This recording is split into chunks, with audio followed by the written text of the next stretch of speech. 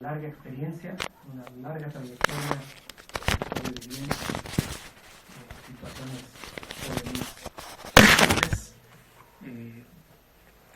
que además con el paso del tiempo nos ofrece una visión en perspectiva, al mismo tiempo narrativa, en el sentido de referir numerosos episodios poco conocidos o solo conocidos por algunos, pero además con la visión de madurez, el análisis, la perspectiva histórica de cara al presente y a los años venideros en los que yo estoy seguro que esta obra que hoy nos viene a presentar se constituirá, de hecho ya lo es, un referente para el estudio histórico de la Revolución Guatemalteca, o del proceso revolucionario no solamente de los años que toca específicamente este volumen, que son los primeros años, o la primera década de lucha revolucionaria en Guatemala, los años 60, sino que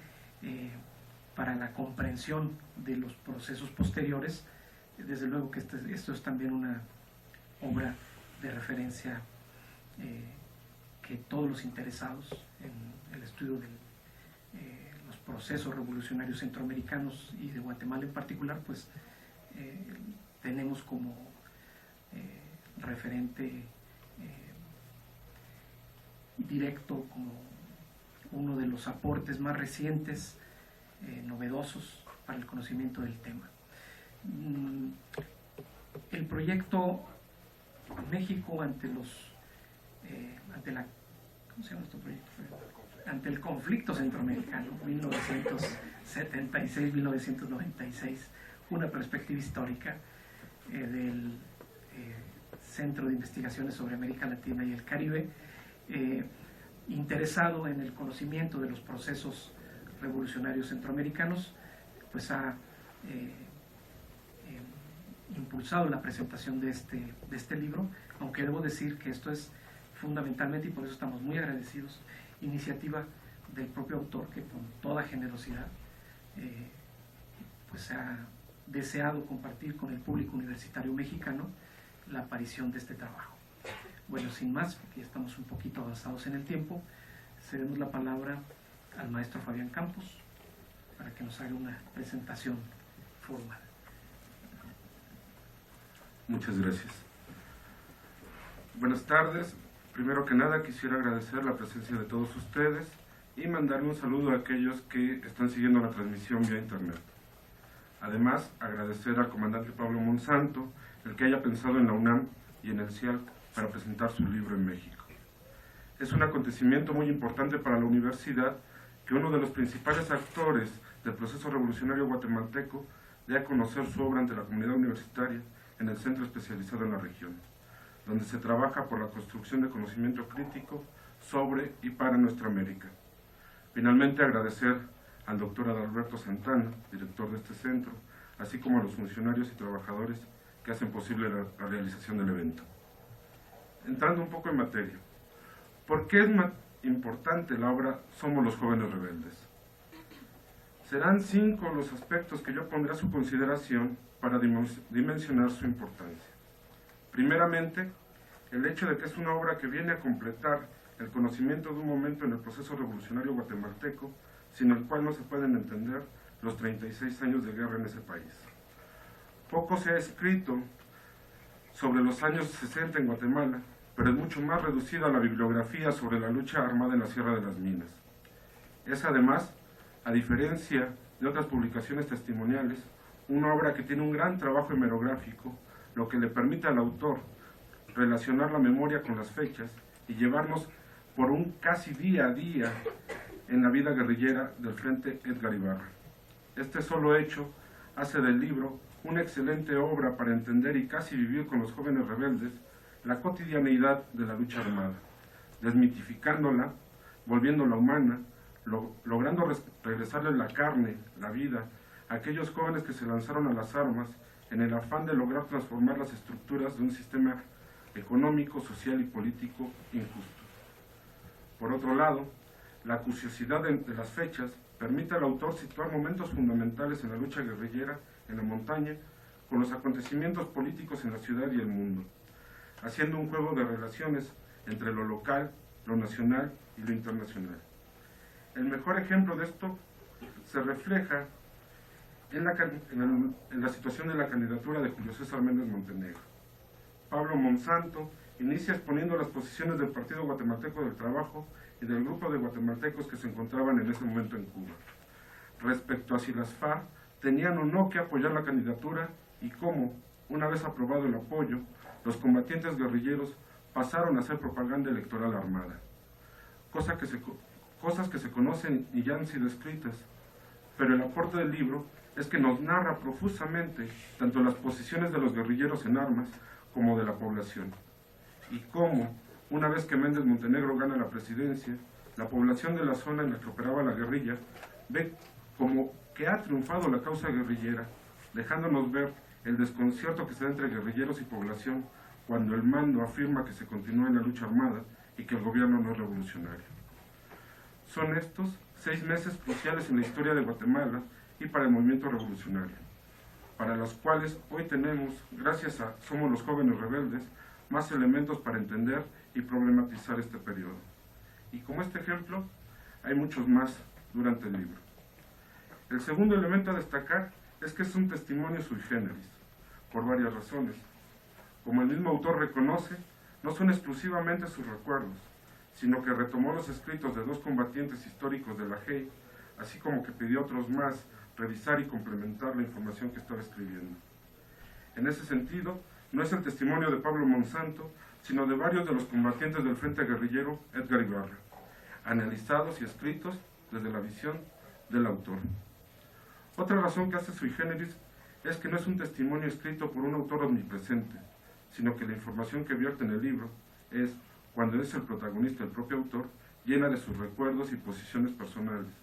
Pero cuando las acciones ocurren en la Sierra de las Minas y los actores son otros, o cuando son acontecimientos que suceden en otros espacios como la ciudad o Cuba, lo que nos presenta el libro es la forma en que fueron percibidos por el autor y sus compañeros.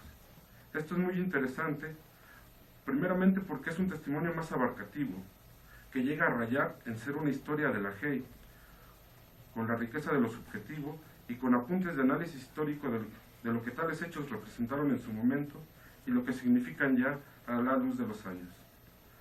En segundo lugar, porque le permite al autor jugar con 2 posiciones del narrador muy bien entrelazadas. Una, la del joven Manzana, que va aprendiendo día a día las reglas de la lucha armada, que va descubriendo las luchas internas del movimiento revolucionario, acercándonos a cómo ese joven percibió y actuó de acuerdo a su propia experiencia acumulada hasta ese momento. Pero después se deja oír la voz del comandante Pablo Monsanto, con la experiencia de 36 años de lucha armada y más de 50 de actividad política, que es crítico de sus compañeros, de las posiciones políticas, de la estrategia y táctica militar, pero también de sí mismo. Esta riqueza es difícil, por no decir imposible, que la alcancen los historiadores, sobre todo los que, como yo, por razones geográficas y temporales, nos acercamos a ese tiempo histórico a partir de los periódicos, los libros y las entrevistas. Estas 2 primeras provocaciones para leer Somos los Jóvenes Rebeldes se refieren al libro en sí. Los expertos en testimonio podrán sacar muchos más elementos que harán más profundo y sistemático el análisis del texto. Las siguientes 3 provocaciones tienen que ver con el impacto hacia afuera. Estamos ante una obra polémica, sin duda, pues muchos somos sus interlocutores. El primer interlocutor al que interpela es a la izquierda guatemalteca. Esto creo que hay que decirlo y ponerlo en la mesa. La memoria y el testimonio de cualquier lucha revolucionaria en América Latina y en el mundo tienen a su primer interlocutor en la propia izquierda, y esto es mucho más claro en el caso guatemalteco. Lo prolongado de la guerra, su costo social, económico y político, y el devenir de la izquierda revolucionaria después de los acuerdos de paz de 1996, que han llevado a que esa izquierda histórica tenga una mínima expresión electoral, hacen que las preguntas, ¿cómo llegamos a esta situación? ¿Qué fue lo que pasó?, tengan una urgencia casi vital. Estas preguntas se las hacen los viejos militantes, pero también los jóvenes de izquierda. Entender, darse una respuesta, es primordial para poderse reconstruir en ese pasado, plantearse claramente en el presente e imaginar un futuro para una realidad a la que le hace falta una izquierda propositiva, fuerte, capaz de introducir cambios profundos en una realidad que parece que no ha cambiado mucho en 50 años y que más bien, en algunos aspectos, se ha recrudecido con el proyecto neoliberal. Las luchas contra la minería, contra las hidroeléctricas, por la defensa de los recursos naturales, son hechas hoy por hombres y mujeres, varios de ellos exmilitantes de las organizaciones político-militares, pero también y sobre todo por miles y miles de gentes para los que los años de guerra, y en especial lo ocurrido en los años 60, es solo una referencia en los relatos de los mayores o de los libros. Lo que tienen estos jóvenes para construir su pasado son distintas versiones, las que les han heredado del Partido Guatemalteco del Trabajo, del Ejército Guerrillero de los Pobres, de la Organización del Pueblo en Armas, o de otras agrupaciones como Octubre Revolucionario o ISHIM. En este sentido, el libro de Pablo Monsanto llega a exponer la visión de las FARC sobre los acontecimientos de los años 60, plantándose frente a las interpretaciones y posiciones del PGT y del EGP. Discute, propone, valoraciones y fija posturas que interpelan a los viejos militantes, a los sobrevivientes de esos años, pero sobre todo a esos jóvenes a los que hago referencia. Estoy seguro que el libro, que se presentó en Guatemala el 13 de noviembre pasado, fecha emblemática para esta historia, es ya fuente de intensos debates dentro de la izquierda guatemalteca. Muchos de esos exmilitantes cuestionarán la validez de las posiciones y juicios que en el libro se presentan. Pero si este debate es necesario, lleva a que otras voces se levanten, que se expongan otros datos y otras interpretaciones desde la izquierda, estoy seguro que los principales beneficiarios serán estos jóvenes que hoy tienen sed de entender cómo es que su país y su opción política llegaron a la situación actual. Si esto se da, el libro habrá hecho un gran favor a la izquierda guatemalteca al entregar elementos para la comprensión de su pasado. Si los juicios y consideraciones que hace Pablo Monsanto son o no correctos, si tiene algo que aportar a la construcción de la historia e identidad de la izquierda guatemalteca, será una cuestión que tendrá que evaluar ese público al que interpela. El siguiente interlocutor de este libro somos precisamente los investigadores, los que dedicamos nuestros esfuerzos a estudiar los procesos revolucionarios, la historia de América Latina, de Centroamérica y de Guatemala en particular. Como dije hace rato, el libro Somos los Jóvenes Rebeldes raya en ser una historia de la lucha armada en la Sierra de las Minas.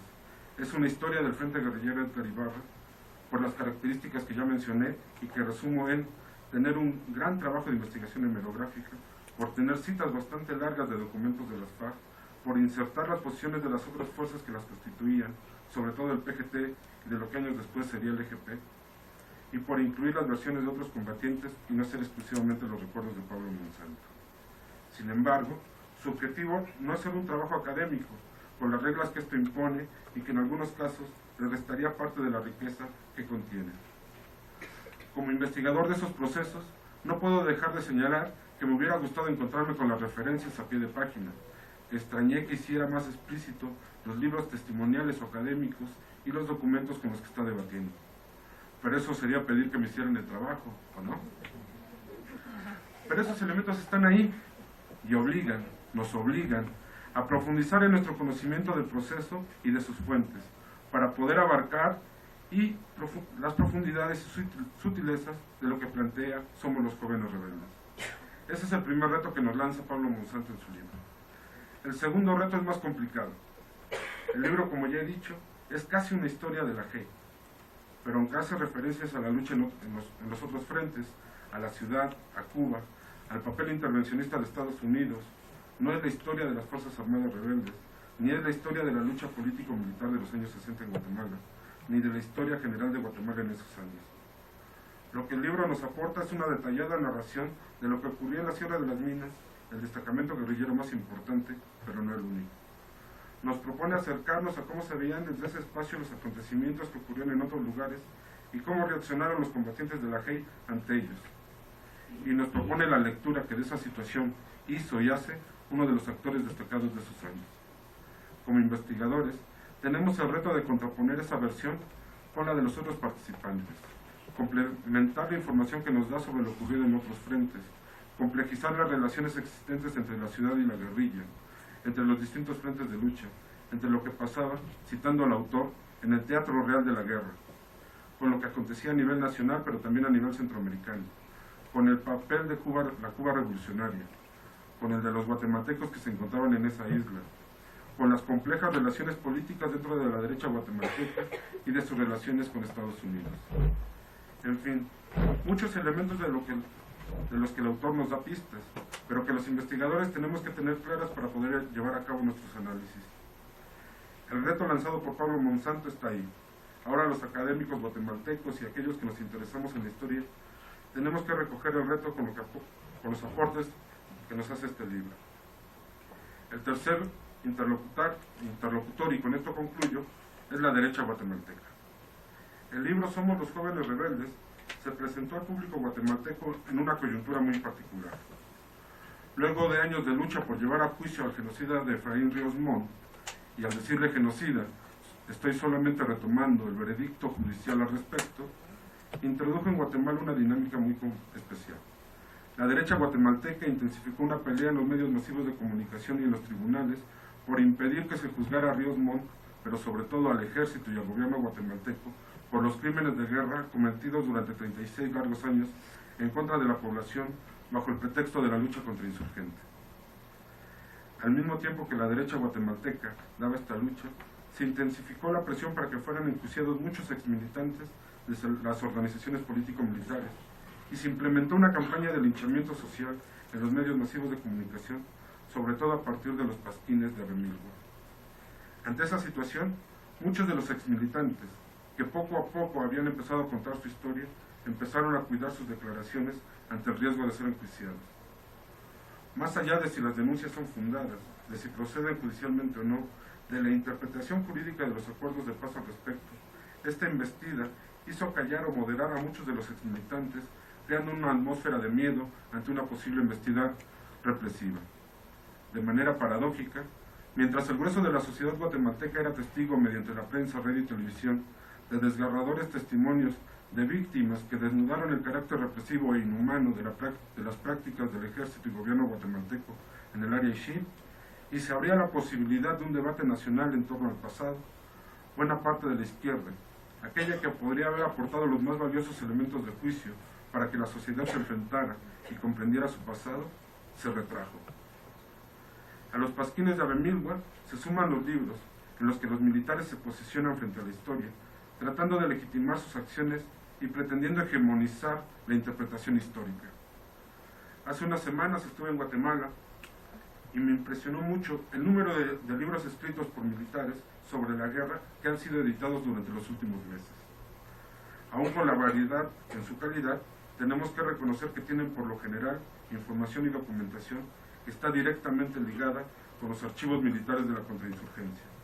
Información que no era pública hasta ese momento, aunque los actores sabían de su existencia. Solo por poner un ejemplo, durante el juicio a Ríos Montt se citó, entre comillas, como elemento de dominio público al conocido como informe Manolo, para legitimar, abro unas comillas, la conjura internacional y el carácter nacionalista, cierro las comillas, de la represión. Los actores y los investigadores sabíamos de ese informe, pero nadie lo citaba, si acaso se glosaba, porque como documento no existía, pues no había un ejemplar para su consulta. En el libro del coronel Plateros, de reciente aparición, se cita este documento de manera completa, o por lo menos eso es lo que parece.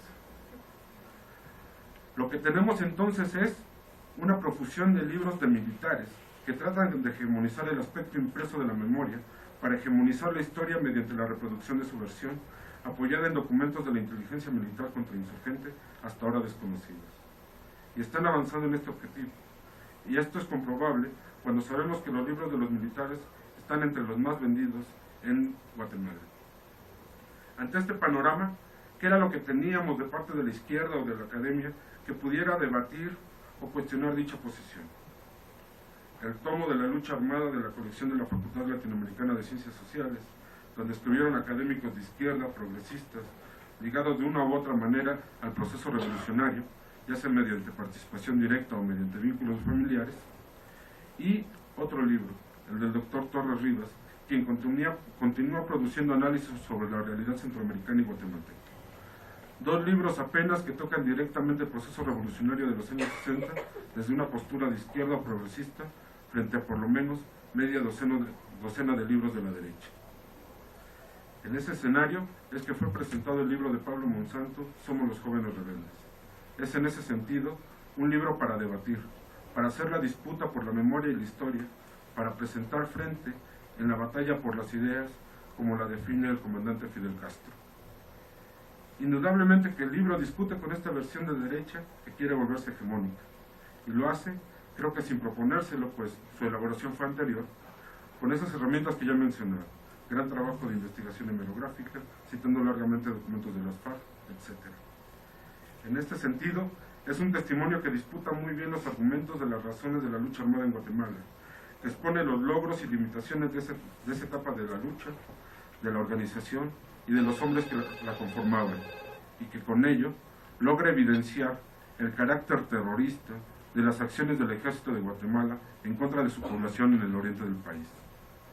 Terrorismo, asesinatos de civiles desarmados, torturas, que bajo el pretexto de la lucha contra insurgente, que ahora es expuesta por la derecha como de carácter nacionalista y patriótica para defender a la nación de la conjura internacional, nos aparece claramente en el libro como la característica de un ejército vuelto ejército de ocupación y desnuda una oligarquía capaz de traspasar cualquier límite, ya sea moral, ético o legal, con tal de impedir cualquier mínimo atisbo que ponga en entredicho su modelo de dominación y su posición de privilegio.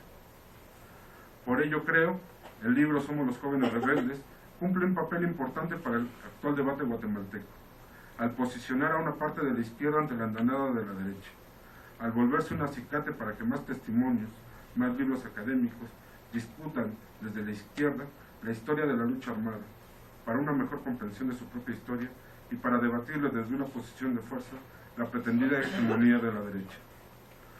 Espero que estas 5 provocaciones al leer el libro los lleven a bebérselos de un tirón, a releerlo, a apropiárselo y criticarlo desde cualquiera de estas opciones o de otras muchas más. Esa sería la mejor realización de la obra. Con ello, el esfuerzo de la investigación, de la escritura y de la publicación de parte del autor y de los que en él colaboraron tendría su mejor satisfacción. Muchas gracias.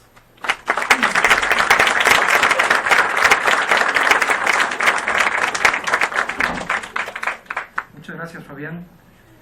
Ahora le cedemos la palabra al comandante Pablo Monsanto. Bueno, muy buenas tardes a todas y a todos. Quiero agradecer a la escuela Centro de Investigaciones sobre América Latina y el Caribe por esta oportunidad que nos dan de poder dar a conocer uno de los libros que nosotros estamos ahora publicando. El libro recoge los elementos de los primeros 10 años del conflicto armado en Guatemala. El conflicto armado en Guatemala duró 36 años y el libro habla del año 1960 a 1968, a finales del 68. Y eso es así porque son dos etapas del conflicto guatemalteco que tienen objetivamente sus diferencias y tienen experiencias también distintas, porque en esta primera fase de la guerra en Guatemala, aparte de influir los elementos de carácter nacional e internacional que conformaron o configuraron el movimiento guerrillero guatemalteco, en esa fase prevalecieron desde el punto de vista ideológico las posiciones ideológicas generadas a partir de los movimientos marxistas, trotskistas, maoístas en el mundo. y que influían mucho en esa fase al movimiento revolucionario de América Latina y particularmente de Guatemala. Tuvo una enorme influencia en el movimiento revolucionario guerrillero guatemalteco la Revolución Cubana, el guevarismo, las posiciones de el Che Guevara. Entonces eso impregnó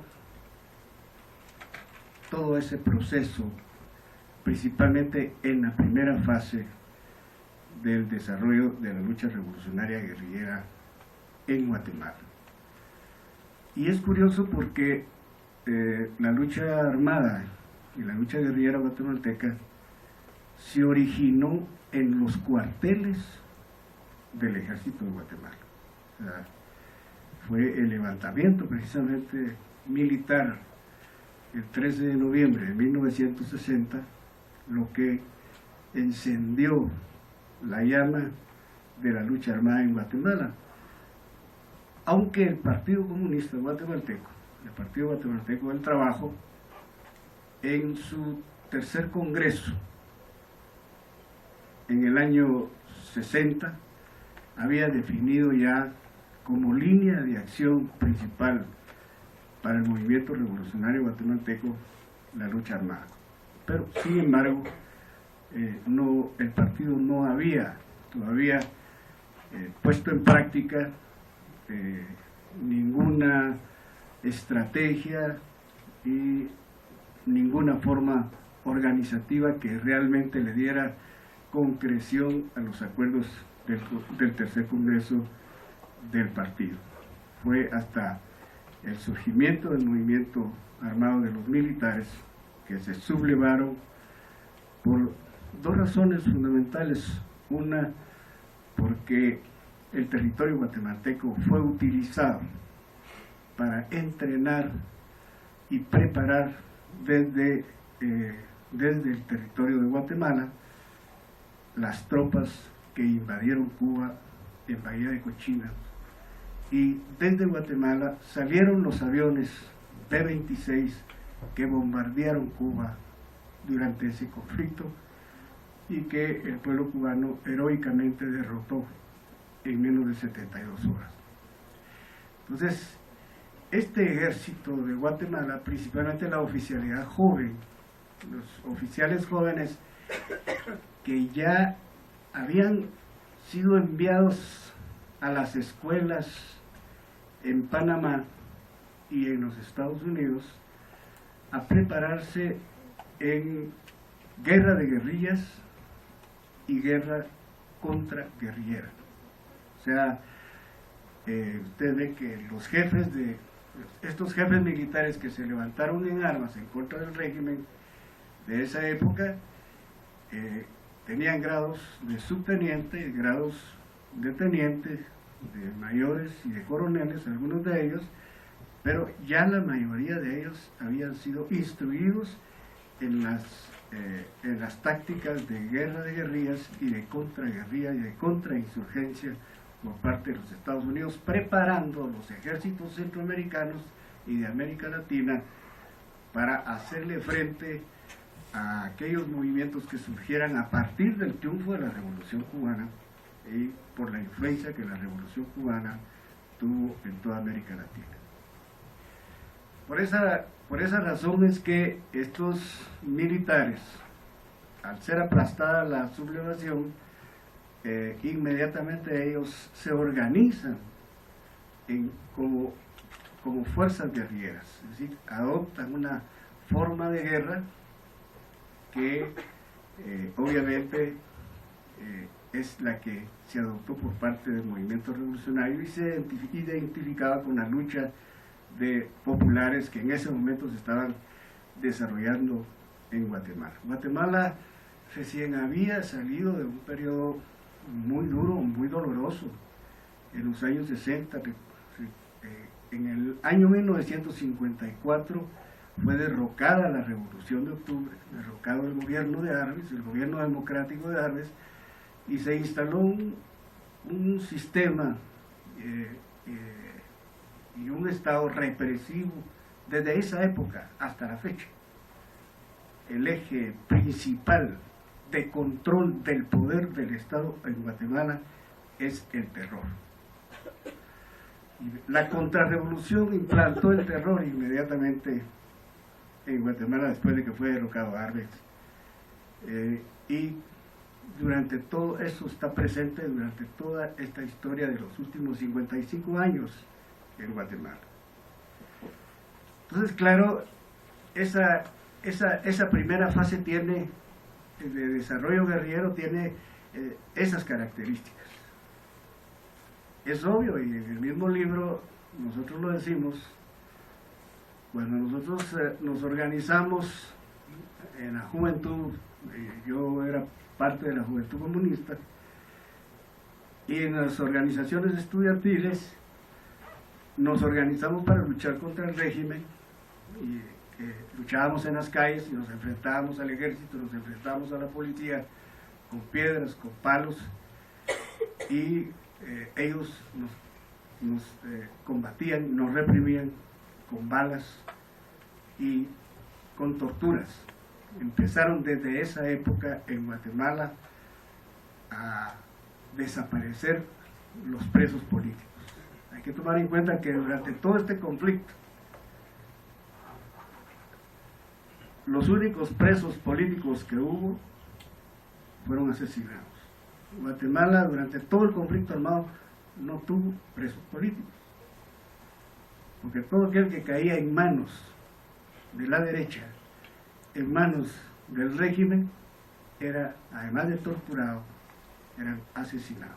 Por eso era que en Guatemala durante toda esa época no hubo prisioneros políticos. Entonces, pero influidos por las teorías de la Revolución Rusa, de la Revolución China, muy influenciados por lo que estaba pasando en Vietnam, estaba en la época de la guerra vietnamita, la guerra popular prolongada en Vietnam, que empezó a manifestarse como una corriente también, y era una mezcla de posiciones políticas en torno a cuál era la estrategia que finalmente iba a adoptar el movimiento revolucionario. Y eso se refleja en el libro, porque en definitiva la dirección guerrillera no tenía clara cuál era el camino a seguir. Es decir, en un primer momento en la guerrilla, la idea que todos nosotros teníamos era que la lucha guerrillera iba a durar muy poco tiempo, y pensábamos que iba a ser un conflicto parecido al cubano, que Fidel Castro, pues, en menos de 2 años derrotó el ejército de Batista. Y nosotros estábamos muy influidos también por ese triunfalismo, y pensábamos, e incluso soñábamos, a entrar a la ciudad de Guatemala como habían entrado los barbudos cubanos en La Habana.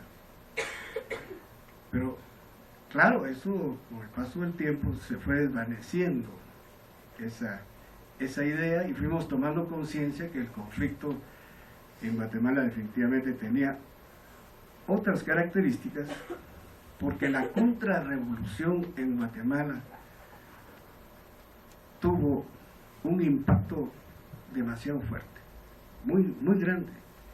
No ocurrió, por ejemplo, el campesinado guatemalteco no tenía la misma conducta y no tenía la misma actitud que, por ejemplo, el campesino cubano. El campesino cubano inmediatamente se adhería a la lucha guerrillera de Fidel y se sumaba a las fuerzas guerrilleras revolucionarias en Cuba.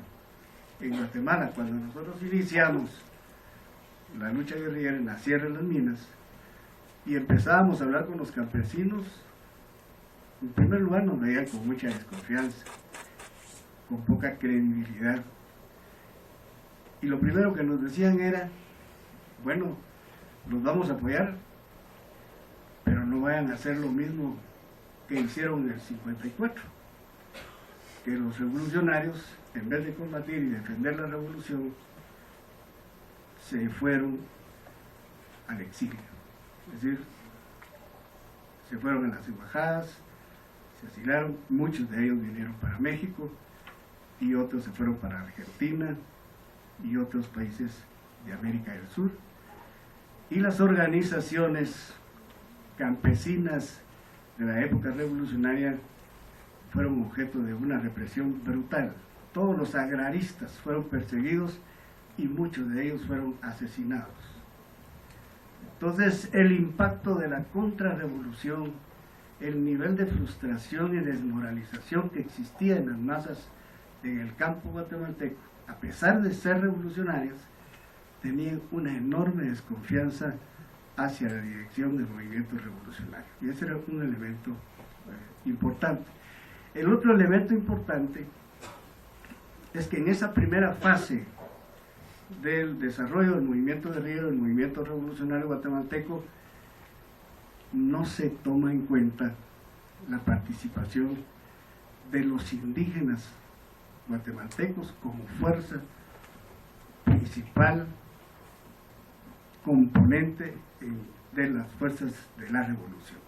Es decir, en cierta forma, el movimiento revolucionario, el movimiento comunista guatemalteco, estaba influido, estaba imbuido de las ideas que los sociólogos y los antropólogos norteamericanos habían difundido en Guatemala sobre el comportamiento de los indígenas y sobre la decisión y la disposición de las masas indígenas de incorporarse a la lucha revolucionaria. Es más, el Partido Comunista Guatemalteco, en una de sus resoluciones, decía que los indígenas guatemaltecos constituían la reserva social y política del imperialismo en Guatemala. Entonces, este es un elemento importante, porque ustedes saben que la mayor parte de la población guatemalteca es de origen maya, es decir, tenemos 23 etnias de origen maya y pues ocupan la mayor parte del territorio nacional, y eran además la principal fuerza desde el punto de vista económico, la principal fuerza laboral que se ocupaba en las fincas y en los territorios donde empezaba en Guatemala a desarrollarse el capitalismo en el agro guatemalteco. Sin embargo, por el hecho de ser indígenas, no se les tomaba en cuenta. Había, no, hay que decirlo con toda claridad, una fuerte dosis de racismo en los dirigentes revolucionarios de la época. Entonces, ustedes ven que en esta primera fase del movimiento revolucionario guatemalteco, el papel de los indígenas no es tan importante como el papel que jugaron los mayas en la segunda fase del desarrollo del movimiento guerrillero guatemalteco. Bueno, ¿por qué le pusimos Somos los Jóvenes Rebeldes? Bueno, el comandante Turcios, en el momento de su muerte, iba a cumplir 24 años. La mayoría de oficiales del ejército no llegaban a 30 años. Éramos 21 guerrilleros en la primera fuerza guerrillera de la Sierra de las Minas, y el hombre de mayor edad tenía 42 años y todos le decíamos el abuelo. O sea, éramos jóvenes. Yo me incorporé a la guerrilla de 17 años, y precisamente cuando tenía 18 años y tomamos una aldea que se llama Santa Rosalía de Mármol, pues éramos la atracción de las muchachas de la aldea, porque todos éramos jóvenes, y además nosotros nos habíamos preparado. En esa oportunidad nos pusimos uniformes nuevos, las botas las llevábamos ilustradas, las armas las llevábamos muy limpias, y éramos poseros, ¿no? O sea, nos parábamos para tratar de impresionar a las muchachas, y cuando ellas nos preguntaron quiénes éramos nosotros, entonces con una candidez enorme yo les dije: somos los Jóvenes Rebeldes. Entonces de ahí viene el origen del nombre del libro. Es una anécdota muy hermosa que a nosotros nos tocó vivir en esa época en la Sierra de las Minas. Creo que en el libro están narrados un elemento que nosotros consideramos que es fundamental y que nunca se planteó con toda claridad, y es que la guerrilla nunca llegó a tener un desarrollo militar grande, porque la concepción con que se armó la guerrilla y la concepción con que actuó la guerrilla en la Sierra de las Minas está ligada fundamentalmente al elemento de la disputa de la dirección revolucionaria. Es decir, en ese momento la mayoría de los jóvenes y de las organizaciones revolucionarias en América Latina cuestionaban muy fuertemente las viejas direcciones de los partidos comunistas. Incluso hubo una problemática a nivel internacional. Yo recuerdo que, por ejemplo, incluso Fidel Castro en uno de sus discursos fue muy duro a criticar a algunos comunistas, algunos dirigentes comunistas de Venezuela, de Bolivia, de otros lugares, porque en ese tiempo muchos de los partidos comunistas se oponían a la lucha armada guerrillera. Entonces cuestionaban mucho la dirección guerrillera del movimiento revolucionario, y entonces la actividad guerrillera fue utilizada principalmente como un elemento de carácter político, es decir, como un argumento que el movimiento revolucionario guerrillero utilizaba para debatir y demostrar en la práctica que la forma de hacer avanzar la revolución era con la acción armada y no simple y sencillamente con los movimientos de masas o los movimientos que se realizaban principalmente en los centros urbanos. Más si tomamos en cuenta que Guatemala, pues un país que en ese tiempo tenía más del 72% de su población campesina e indígena. Entonces, sin embargo, la posición del partido era que la revolución debería de ser dirigida, encabezada por la clase obrera, la clase de vanguardia, según el marxismo, y eso incluso creó dentro de la guerrilla muchas veces debates fuertes, porque en la guerrilla no hubo obreros, no habían obreros, eran campesinos, y eran campesinos indígenas.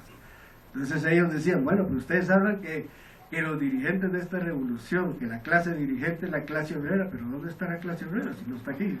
Es decir, aquí lo que están son los campesinos, la gente del campo, la gente que luchaba por la tierra en Guatemala.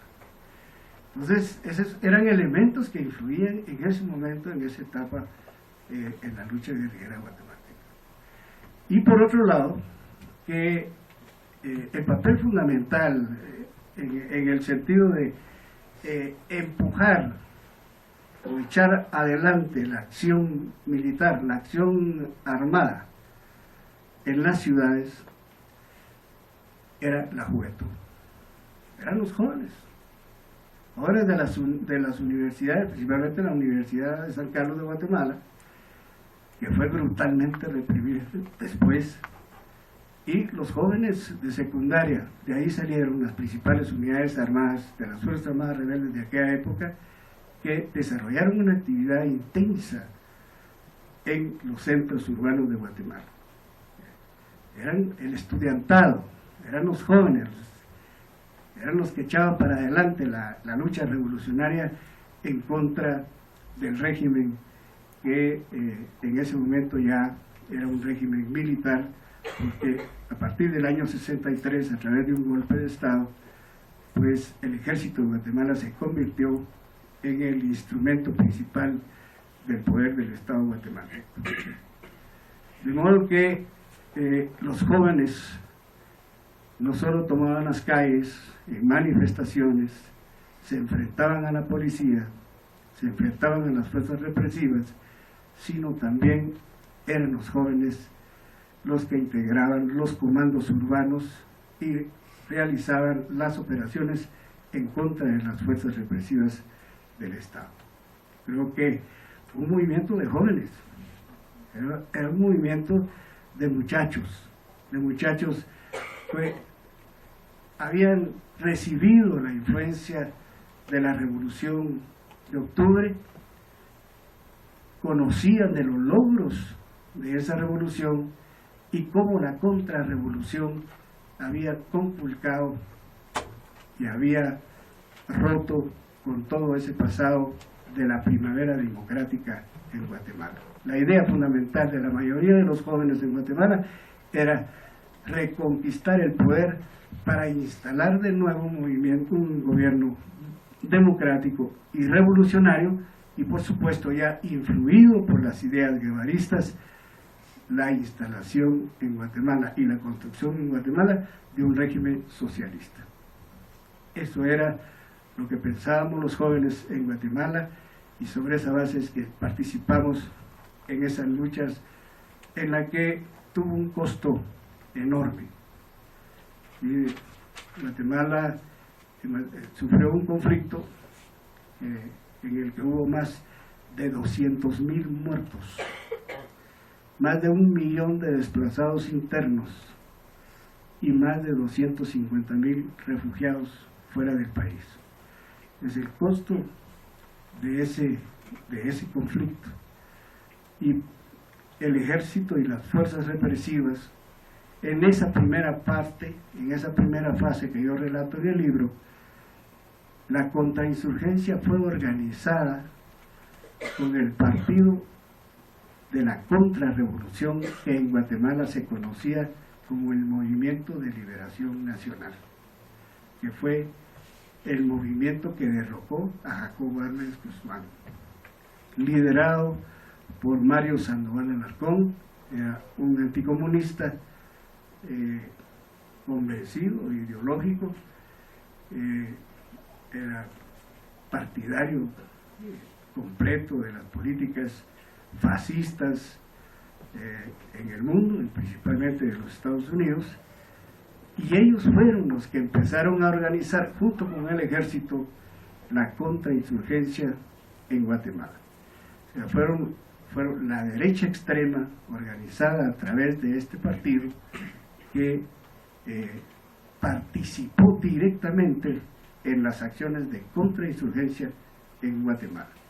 Ellos crearon aquellas organizaciones que se conocieron como la Mano Blanca, una organización contraguerrillera que estaba dirigida su acción principalmente en contra de la población, y que en las etapas iniciales de su acción golpeó directamente la base social de las fuerzas guerrilleras.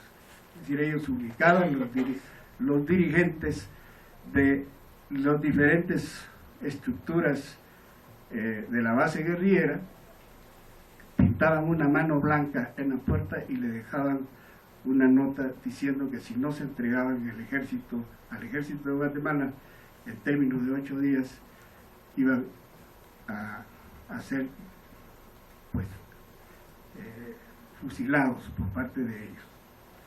Muchos de estos murieron así porque no se entregaron, sino que fueron en las noches sustraídos de sus casas, les sacaban los ojos vivos, les cortaban los genitales y dejaban moribundos con los genitales en la boca, tirados a la orilla de los caminos donde transitaba la población, con el objetivo de aterrorizar a la población en general, y con la advertencia que todo aquel que colaborara con la guerrilla iba a sufrir las mismas consecuencias. Eso le imprimió al movimiento guerrillero guatemalteco y a la contrarrevolución y a la contrainsurgencia pues unos grados de bestialidad, de acción inhumana tremenda que ha dejado una huella muy profunda en Guatemala, al grado de que en los momentos en que yo estaba escribiendo el libro, visité algunas poblaciones que hace 40 años nosotros habíamos estado ahí como guerrilleros, y personas que yo conocí de 18, 19 años, de 20 años, ya de 60 años, después de 40 años, cuando me veían temblaba. Y el ruego era que no fuera a sacar el nombre de ellos en el libro, que por favor no fueran a aparecer sus nombres en el libro, porque temían que fueran asesinados todos ellos. Incluso uno de ellos, que era el administrador de una mina de mármol que yo describo en el libro, 2 meses después de que yo subí a la sierra a entrevistarlo, fue asesinado. Entonces, esos son los niveles de confrontación de la lucha política que se realiza en Guatemala. Y que obviamente el experimento de Oriente, el experimento de la Sierra de las Minas para la contrainsurgencia, fue lo que le sirvió para elaborar los planes que aplicó precisamente posteriormente Ríos Montt en el genocidio contra las poblaciones indígenas en el occidente del país, donde fueron desaparecidas del mapa guatemalteco más de 440 comunidades indígenas. Mataron a los niños, mataron a las mujeres, mataron a los ancianos. A las mujeres embarazadas les sacaron el feto de su vientre y los caibiles se los comían delante de ellos. Ese fue el nivel a que llegó el terror en Guatemala durante toda esa época de los gobiernos militares, y del cual todavía no escapa nuestro país. Nosotros esperamos que este libro, que recoge apenas 10 años de esa experiencia, una experiencia dolorosa, una experiencia también muy rica en muchos aspectos, pueda ser difundida y conocida por todos los que sean posible en todo el mundo. Y el libro lo presentamos en Cuba, lo presentamos en Venezuela, en 3 ciudades de Venezuela, se va a presentar en Nicaragua en el mes de julio, y ahora lo trajimos aquí para que ustedes lo conozcan y nos ayuden también a dar a conocer qué fue lo que pasó y cómo vemos nosotros lo que pasó durante esos 10 años. Muchas gracias.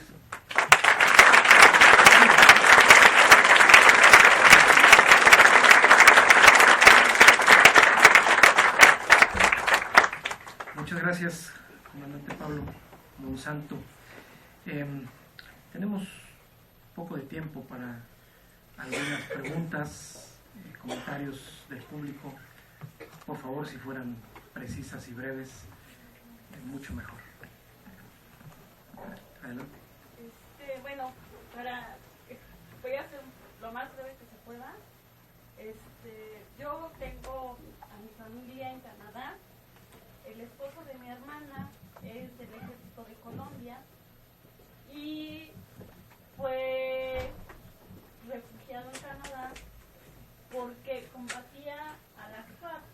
Entonces, él cuenta que se llevaban muy feo a los niños. Incluso apenas hace como 6 meses mi mamá nos comentaba un caso de una señora no sé si de Guatemala o de Colombia, pero que las FARC se llevó a sus hijos, tenía 7 hijos, de los 7 se llevaron a los más grandes, el pequeñito se quedó con ella, pero ella cuenta que siempre se acostaba a sus hijos y veía que cada uno estuviera en su cama, ¿no? Y al siguiente día, un día X, fue a ver a sus hijos, ya no estaban y tenía la mano pintada blanca afuera de su casa.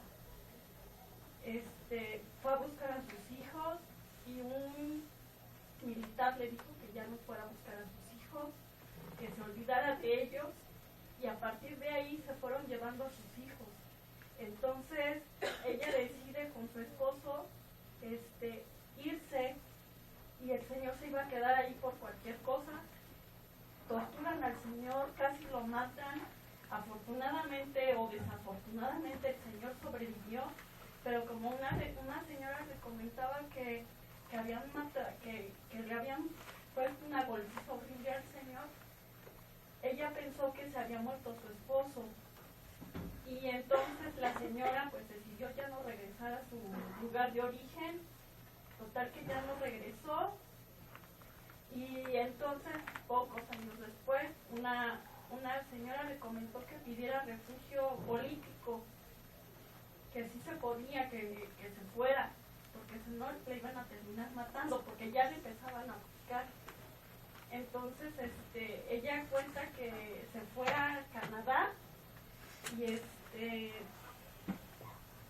entonces se va a Canadá, y al poco tiempo encuentran a una o dos de sus hijas y le regresan 2 de sus hijas, y los otros ya no volvió a saber nada de ellos, pero cada mes, dice que cada mes llegaban con una despensa y que pidiera lo que a ella se le antojaba. Si ella quería una casa mejor, que le iban a dar la oportunidad de una vida mejor, y la señora no quería más que le regresaran a sus hijos. Para concluir, yo tuve la oportunidad de vivir muchos años, de vivir 2 o 3 años en lo que es la frontera con Guatemala, en Tapachula, Chiapas. Entonces, ahí se veía cómo se robaban a los niños, pero en ese entonces yo pensaba que era como tráfico de niños, ¿no? Que se los pasaban fácilmente y en una hora ya estaban en Guatemala o en Belice, ¿no? Entonces, esta situación de ver que llegué a ver cómo se llevaban a los niños. A nosotras no nos podían hacer nada porque la gente tiene identificada a los niños que son, digamos, comunes a la de los hijos militares, ¿no? Y saben que hay conecte entre ciudades, ¿no? Entonces, a los niños de hijos militares no nos hacían nada, incluso hasta teníamos un uniforme especial para que en esas ciudades no se tocara a esos niños. Y éramos distinguidos porque eran territorios militares y territorios, digamos, que fueran civiles, pues. Y entonces había una señorita, una niña de 10 años, que nos hacía el quehacer, que nos hacía la limpieza de casa, pero era porque los papás de esta niña decía que el ejército no dejaba que trabajaran, que era eso o meterse al ejército, incluso a las mismas niñas. Bueno, eso fue todo, pero sí es muy común en Guatemala y en Tapachula que se lleven a los niños, y creo que eso hasta ahorita no se ha podido combatir. ¿Alguna participación más?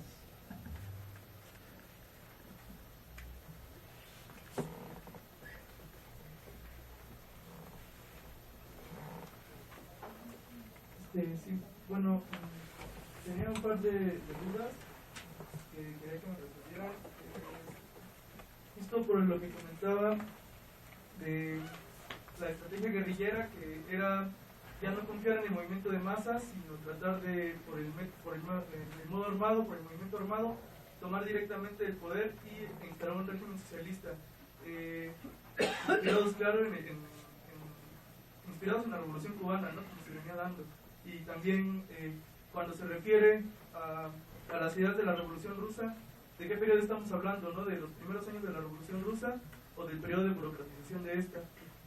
También si puede profundizar un poco más, o bueno, tan siquiera dar otra pasada hacia cuando se refiere a que la juventud estaban descontentos ya con las direcciones viejas del Partido Comunista. También, si bien el método guerrillero era bastante, en su composición era totalmente campesino, como usted lo mencionó, ¿por qué no hubo alguna relación justo con el movimiento obrero que se dio, por ejemplo, también en Cuba, ¿no? Con las huelgas generales antes de la entrada de Fidel a La Habana? De ahí la relación del movimiento guerrillero con el movimiento obrero. ¿Por qué la guerrilla deja de ver al obrero? Bueno, ¿por qué el campesinado deja de ver al obrero como un aliado, ¿no? ¿Por qué el campesinado en Guatemala y la guerrilla deja de ver a la ciudad como un bastión de la lucha de clases en este sentido? ¿Y por qué irse al movimiento armado en vez de tratar de generar un movimiento de masa mucho más grande dentro de las ciudades, que es donde se gesta, donde la lucha de clases se ve como con más claridad?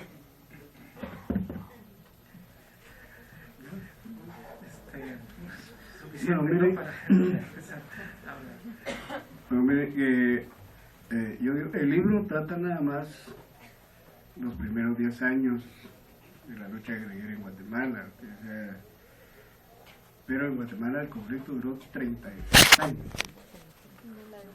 O sea, después de esta fase que relata el libro, a partir de la experiencia que nosotros obtuvimos, los niveles de aislamiento en que estuvo la guerrilla, precisamente por esas cuestiones a las cuales usted se refiere, se produce un giro en la conducción y la orientación del movimiento guerrillero. Y se abre una nueva fase en la que, en primer lugar, con base en la experiencia puramente guerrillera, se elabora una estrategia ya que sí obedece a las realidades guatemaltecas. Porque en la primera fase, bueno, se hablaba de guerra popular prolongada, por un lado, otros hablaban de guerra revolucionaria de pueblo, otros decían que éramos guevaristas, que éramos foquistas. Incluso Régis Debray escribió varios libros sobre eso, sobre la teoría del foco. Es decir, no tenía el movimiento revolucionario y guerrillero guatemalteco, no tenía una sola concepción que guiara su desarrollo. En la segunda fase ya se produce una situación cualitativamente distinta, se define una estrategia de desarrollo guerrillero, pero esa estrategia de desarrollo guerrillero acompañado de una acción política dirigida a las masas. Y entonces la concepción de guerra cambia. ¿Por qué? Porque partíamos entonces de que era necesario impulsar la acción reivindicativa de las masas, que esa acción reivindicativa de las masas, acompañada de la acción guerrillera, se radicalizaran, es decir, que las masas se radicalizaran y se convirtieran en un movimiento político en contra del sistema y en contra del régimen. Y que como consecuencia de esa radicalización de la lucha de masas se fortaleciera el movimiento guerrillero. Y planteábamos entonces la posibilidad de que esas acciones conjuntas, tanto armadas como las acciones de masas, llevaran finalmente a un proceso insurreccional, ya sea con insurrecciones parciales o una insurrección total. Yo podría decirles a ustedes, porque eso también yo ya he asumido con mucha gente el compromiso de escribir el segundo libro que va a tratar sobre esa fase.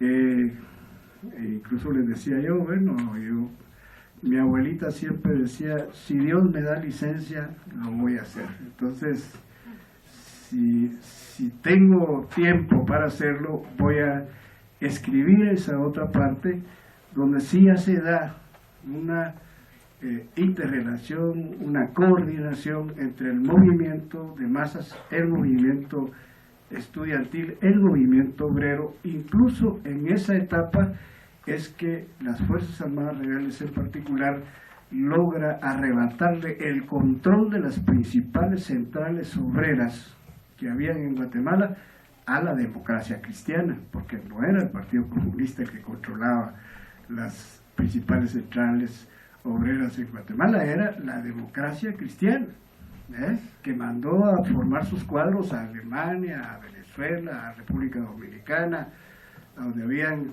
gobiernos demócratas cristianos. Pero ya eso fue posible a partir de que entramos a considerar que era absolutamente necesario la vinculación con las masas, apoyar sus luchas en todos los aspectos y lograr una coordinación entre la acción de masas, la acción reivindicativa y la acción política de masas con la acción guerrillera. Y eso produjo a nivel nacional una situación muy interesante, al grado que eso asustó a la oligarquía y al ejército guatemalteco de nuevo, que empezó a preparar entonces la guerra contrainsurgente dirigida principalmente contra el movimiento de masas. Porque en Guatemala es precisamente en ese segundo periodo donde se dan las grandes masacres en las ciudades y principalmente que son desaparecidos los dirigentes estudiantiles, los dirigentes obreros, sometidos a torturas. Muchos de ellos no aparecieron jamás, muchos aparecieron con sus cuerpos cercenados, que fue una batalla que entonces, esa batalla que en los años 60 se dio principalmente en el campo, se trasladó entonces a las ciudades tomando esas características, y ahí sí eran los obreros, los estudiantes, los que jugaban uno de los papeles más importantes en la lucha que se desarrolló. Yo recuerdo que, por ejemplo, la empresa Coca-Cola tuvo que cerrar sus actividades durante varios años, al grado que en Guatemala se consume menos Coca-Cola que Pepsi-Cola. Es decir, lo que más se consume es Pepsi-Cola, porque en esa época la Coca-Cola casi desapareció del mercado guatemalteco. Entonces, eso está en una segunda fase ya, la reconsideración de todos esos elementos que llevaron al movimiento guerrillero en la primera fase a aislarse. Y el otro elemento importante es que en la nueva estrategia se establece la necesidad de vincularse con el movimiento democrático, es decir, con establecer relaciones con los partidos legalmente inscritos que eran progresistas y que tenían tendencias democráticas, como era el Partido Demócrata Cristiano, el Partido Revolucionario, que había incluso estado en el gobierno con Méndez Montenegro, y con otros partidos que eran más o menos de esa tendencia, para crear un movimiento democrático a nivel nacional que desarrollara una lucha política que fuera acompañada también con la acción guerrillera en todo el país. Entonces, eso fue, pero eso ya fue consecuencia de las lecciones y de la experiencia vivida durante los primeros 10 años de la lucha armada en Guatemala. Ya en la segunda fase se incorpora principalmente la población indígena en todo el país, es decir, y principalmente en el noroccidente de Guatemala. Y llegó a tener la organización guerrillera gran auge en toda esa región, lo cual demuestra que había condiciones objetivas claras para el desarrollo de la lucha revolucionaria en esas condiciones. Ahí lo que pasó pues fue que la dirección revolucionaria no evaluó y no consideró hasta dónde podía ser capaz las fuerzas de la contrainsurgencia de llegar en Guatemala. Y la complicidad que en el caso de Guatemala nosotros hemos sentido, lo decimos a veces sin deseo de crear una polémica en torno a eso, pero nosotros decíamos que, por ejemplo, cuando se dio el golpe de Estado en Chile y la caída de Allende,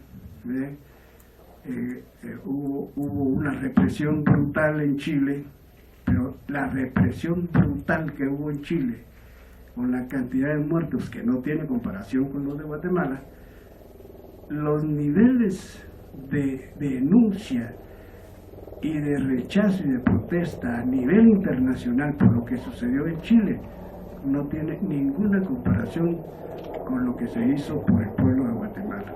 Realmente Guatemala siempre lo mantuvieron de bajo perfil, no se difundió lo que el ejército y las fuerzas de la contrarrevolución y la derecha en Guatemala fueron capaces de hacer.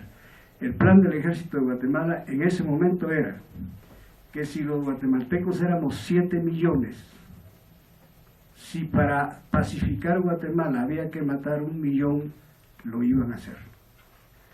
Eso era la disposición del alto mando del ejército. Sin embargo, la protesta internacional nunca estuvo a la altura del apoyo que necesitaba el pueblo de Guatemala, porque la represión fue dirigida principalmente contra la población campesina, la población indígena en nuestro país. Bueno, ¿no? ¿Se puede? Roberto. Sí, sí se puede. Sí, ¿Sí hay ¿cómo tiempo? no? Sí, unos breves minutos rapidísimos. Pues con una disculpa, porque mi pregunta va hacia el fin de este primer ciclo, que es el foco de su libro, que es el año 68-69, esa coyuntura mundial. No conozco tanto la realidad en Guatemala de esos años y eso quería un poco que usted nos platicara rápidamente.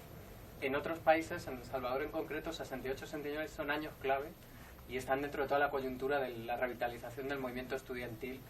Y para toda la izquierda revolucionaria del momento es como el lanzamiento de la segunda fase, ¿no?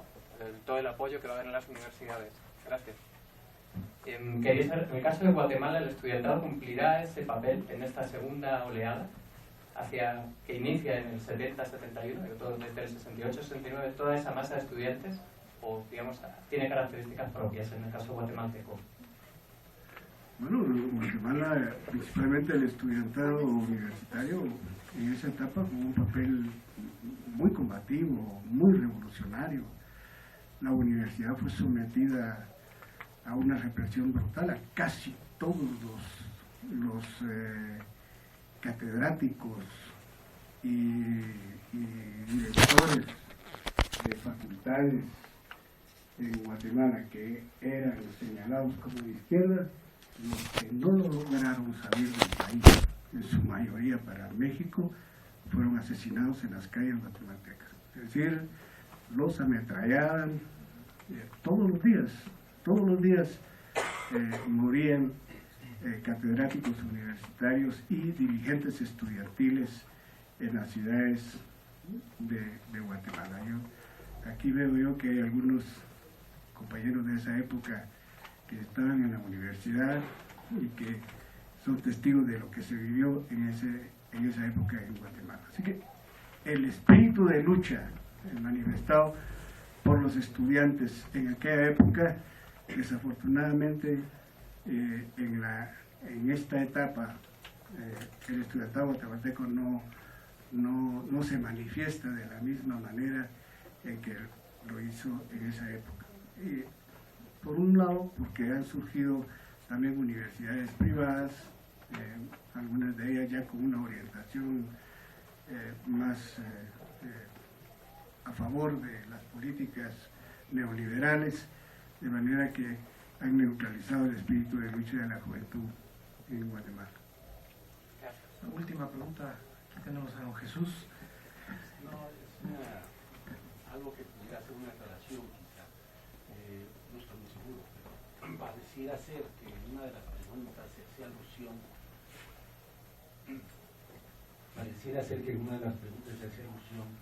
a Rusia, quizá porque se habla de la Revolución de Octubre.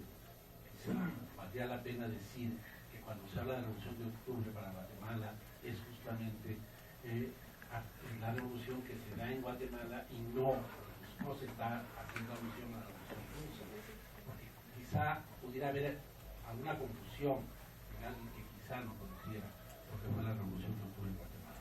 Nada más quería decir eso para que no se quede un poco esta ambigüedad, ¿no?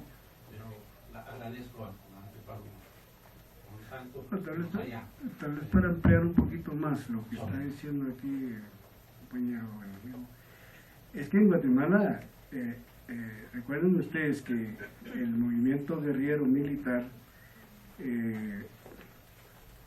fue penetrado por una corriente trotskista, de la Cuarta Internacional Trotskista Posadista, y ellos empezaron a sacar un periódico que se llamaba Revolución Socialista. En esa época, en el año, estoy hablando del año 65, y ellos lo que planteaban era que la guerrilla no era el camino, sino el camino era organizar los soviets, o sea, organizar soviets en los cuarteles, en las estaciones de policía, en las fábricas, en todos los centros de trabajo y de estudiantes, y que fuera la organización revolucionaria de ese tipo lo que finalmente tomara el poder en Guatemala. O sea que sí hubo en cierta forma un intento de trasladar la experiencia de la Revolución Rusa a las condiciones de Guatemala, en menos de esa lucha armada que se desarrolló en esos años. Bueno, muchas gracias. Ahora sí, la última, Guillermo, la última y nos vamos. Adelante. Sí, muy brevemente. Más bien quisiera que nos hablara un poco del presente, quisiera algunas proyecciones sobre el porvenir. Y en ese sentido quisiera preguntarle, así que nos dijera muy sucintamente cuáles son los principales obstáculos que enfrenta el movimiento revolucionario guatemalteco para reconstituirse. Y como sabemos, está verdaderamente desarticulado. Y a partir de esto, ¿qué posibilidades reales existen de que llegue a constituirse en una alternativa al poder hegemónico que actualmente domina el país? Bueno, ese es otro.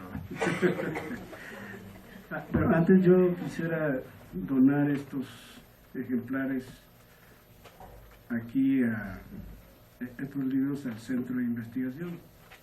Entonces se los podemos entregar.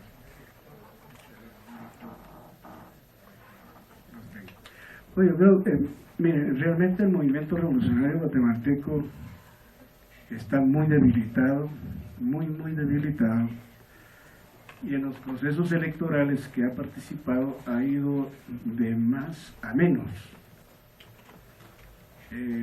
La primera vez que participamos en las elecciones quedamos en tercer lugar, como tercera fuerza en el país. Sacamos una bancada de 9 diputados para el Congreso de la República y 2 para el Parlamento Centroamericano. Ya en la segunda oportunidad se redujo, siempre se mantuvo la unidad de las fuerzas revolucionarias con algunos aliados de otros grupos de organizaciones revolucionarias democráticas que existían en el país, y se logró también colocarse en tercer lugar, teniendo como candidato a la presidencia a Alan Colón, y se logró una bancada de 8 diputados y 2 al Parlamento. Ya después de esto devino la división interna del movimiento revolucionario, que fue esa división fue producto de la lucha por el control de la dirección del movimiento revolucionario. Yo creo que hablar de eso sería muy largo, pero esa es la razón fundamental. Eso hizo que se fraccionara, surgieron entonces el partido al que yo pertenezco, que es la Alternativa Nueva Nación, y se conservó por su lado URNG. En la experiencia electoral, ya con la división, nosotros sacamos una bancada de 6 diputados en el Congreso de la República y 2 al Parlacén. URNG solo sacó 2 diputados, y el candidato, que fue Rodrigo Asturias, pues no llegó ni siquiera al 3% de los votos emitidos. Entonces eso ya empezó a crear una imagen y una situación en Guatemala muy desfavorable para las fuerzas de la revolución.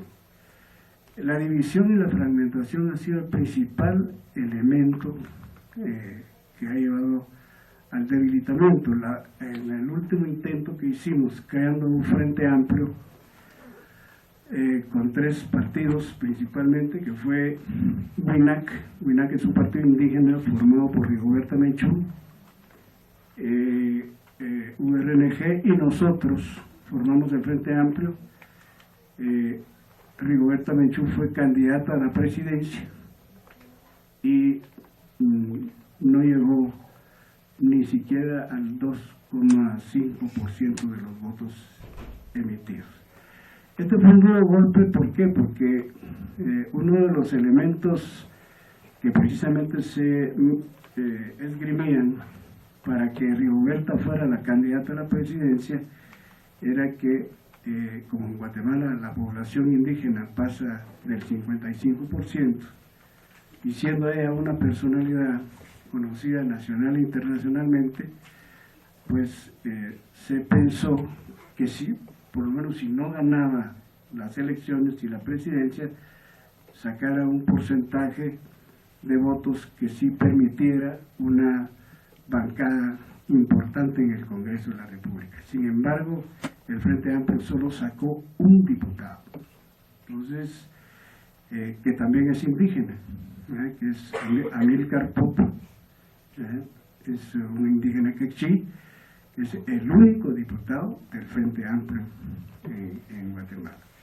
Eso nos ha llevado a hacer una reflexión seria y de parte nuestra hemos planteado la necesidad de la reconstrucción del movimiento revolucionario sobre la base de un solo proyecto, un proyecto con un programa, aunque las organizaciones se mantengan sus estructuras y su identidad, pero que la participación sea en torno a un solo proyecto y a un solo programa. Y desafortunadamente, pues WINAC no ha aceptado ese planteamiento hasta ahora, URNG tampoco. Ellos querían seguir participando en las próximas elecciones de la misma manera que se hizo anteriormente. El argumento nuestro es que hacerlo de la misma forma, los resultados pueden ser o iguales o peores, pero dudamos mucho de que puedan mejorar, porque Guatemala tiene un cuadro político electoral dominado totalmente por la derecha, con sus matices. Hay actualmente 31 partidos políticos inscritos legalmente. De ellos, 4 partidos podrían calificarse de izquierda, que están fragmentados y están divididos. Entonces, los candidatos a la presidencia actual, el que encabeza las encuestas es Manuel Valdizón, que públicamente es conocido como un elemento financiado por el crimen organizado y por el narcotráfico. Él tiene en las encuestas una intención de voto que llega al 52% en la actualidad. Es decir, el segundo lugar, que es el candidato del gobierno, está en un 14%, y Sandra Torres, que es la ex esposa de Álvaro Colón, siempre con el partido de Álvaro Colón, está en un tercer lugar con un 12% de intención de voto. Entonces ese es el cuadro que en este momento se presenta. Hay un enfrentamiento entre estos, porque se ha judicializado la campaña electoral, que ya está en marcha, aunque no ha sido convocada oficialmente. Pero ahí se han abierto una serie de procesos penales y juicios en contra de estos candidatos. A Valdizón se le acusa de plagio, un libro que él presentó precisamente aquí en México, no sé si vinculado con el PRI, pero al hacer la investigación, el libro es un plagio de varios libros, o sea, hicieron un libro a nombre de él plagiando partes de otros libros, y entonces se inició un proceso de investigación sobre él, porque él además tiene un doctorado que de acuerdo a las denuncias que se han hecho, un doctorado que él compró y la tesis que presentó ahora está siendo objeto de investigación por parte de la Universidad de San Carlos, y se está esperando que la Universidad de San Carlos emita una opinión sobre el origen de la tesis doctoral que él presentó. De la misma manera, el candidato del gobierno, Sinibaldi, que es una de las familias oligarcas en el país, son de los Castillo Sinibaldi, dueños de la Cervecería Nacional, de la Pechicola, tienen mucha plata. Él en varias oportunidades se presentaba como licenciado de Administración de Empresas y había dicho que se había graduado en la Universidad Privada Rafael Andívar. La universidad aclaró que eso no era cierto, que él no había pasado de los primeros cursos, que además era un muy mal estudiante, etcétera, etcétera. Entonces, está esa situación en este momento en el cuadro político electoral en Guatemala. Quien ha estado haciendo una intensa campaña es Sandra Torres. Ustedes saben que ellos se definieron como socialdemócratas, pero que lo único que tienen de socialdemócratas es el nombre. En realidad, lo que ellos proponen como programa de gobierno son estos programas de carácter asistencialista, de darle a la gente bolsas de comida o cheques para la educación, etc. Eso es lo que tiene el cuadro en este momento, el cuadro político electoral. En el caso hipotético de que logremos reconstruir el movimiento revolucionario, porque en Guatemala en los últimos 2 años principalmente han surgido organizaciones nuevas a partir de la lucha que han desarrollado las comunidades indígenas en defensa de su territorio, en defensa del agua, en defensa de las riquezas mineras que tiene, porque los gobiernos guatemaltecos han dado en estos últimos años más de 300 concesiones mineras, algunas de ellas que han ya contaminado las tierras y los ríos y los lagos del país, y hay un movimiento muy fuerte en Guatemala en contra de este tipo de empresas, en contra también de aquellas empresas que controlan los elementos de carácter estratégico de la economía guatemalteca. Hay un movimiento de resistencia muy fuerte para que no se pague la tarifa de energía eléctrica. Esto abarca ya varios departamentos de la República, al grado que el actual presidente, el general Otto Pérez Molina, dijo que era un robo porque las empresas de distribución de energía eléctrica estaban perdiendo anualmente más de 250 millones de quetzales. Entonces, que incluso pretenden ahora judicializar ese conflicto, o sea, llevar a toda esta población que no paga la tarifa eléctrica a abrirles procesos judiciales para tratar de obligarlos a que paguen. Entonces, hay un movimiento muy fuerte en contra de la minería a cielo abierto. Ha surgido un movimiento social indígena principalmente, que ha venido debatiendo en estos 2 últimos años y a partir de los acuerdos de paz la necesidad de la refundación del Estado guatemalteco. Y la refundación del Estado guatemalteco pasa necesariamente por una nueva constitución. Es decir, ni siquiera reformar la actual constitución, sino hacer una nueva constitución, porque la constitución de Guatemala actual, desde su primer artículo, es el artículo más neoliberal que hay en toda América. Eleva el interés individual por sobre el colectivo a tal grado que todos los diputados tránsfugas en el Congreso de la República se apoyan en ese artículo constitucional, que es el primer artículo de la Constitución, para justificar su traslado de una bancada a otra. Incluso hay diputados que fueron electos por un partido que antes de tomar posición en el Congreso de la República se unieron a otras bancadas. hay actualmente en el Congreso, que son 158 diputados, 64 tránsfugas. Valdizón, que durante las elecciones solo sacó 14 diputados, actualmente tiene más de 42 diputados, los cuales compró. Los primeros parece que los compró barato, pero ya los últimos le cobraron más caro. Se ha convertido el Congreso de la República en un mercado y los diputados como una mercancía que se compran y se venden. Se ha prostituido la política totalmente en ese plano y ese es el sistema actual de Guatemala. Pero lo más grave en este momento en Guatemala es que precisamente para anular los juicios contra los militares, porque hay 60 órdenes de captura para los militares que participaron en las actividades de genocidio en Guatemala. No está solo Ríos Montt, es decir, Ríos Montt era la cabeza del iceberg. Detrás de él iban 60 militares más que iban a ser enjuiciados. Y todo esto apoyado por el Departamento de Estado de los Estados Unidos, apoyando al Ministerio Público guatemalteco.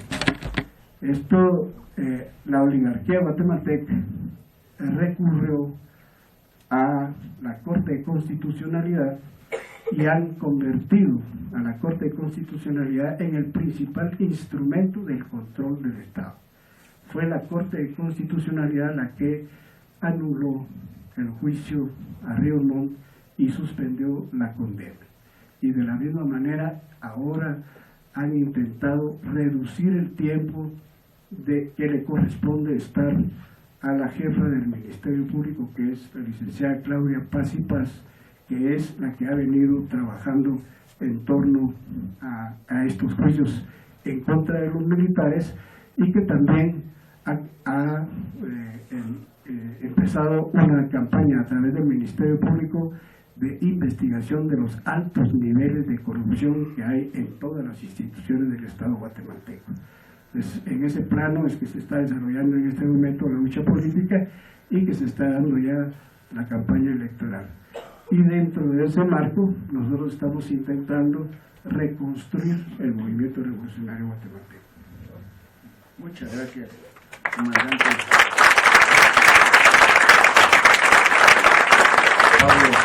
Pablo Monsanto, y agradecemos mucho la entrega de estos libros que estará aquí en la Biblioteca Simón Bolívar, que como bien lo indica su nombre, pues es de todos los estudiantes y académicos y latinoamericanos que se hacen presentes.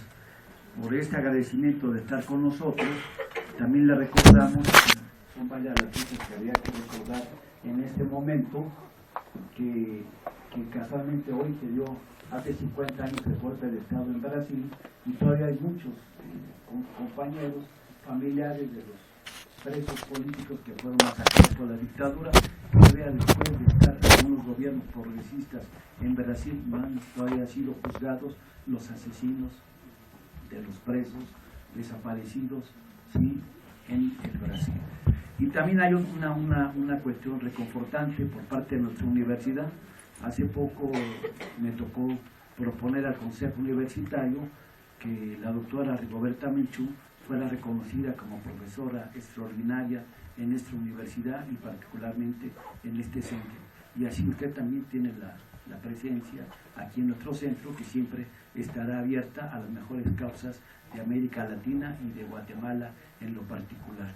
En ese sentido le damos este reconocimiento por la universidad y nuestro centro. Muchas gracias.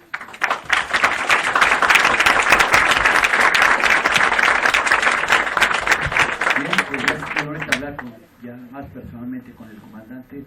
Les vamos a agradecer a todos ustedes su presencia y nos vemos a la próxima, festejando el triunfo de la izquierda en Guatemala. Muchas gracias. Bueno, como todos ustedes al llegar recibieron un boletito, este boletito es un contrato.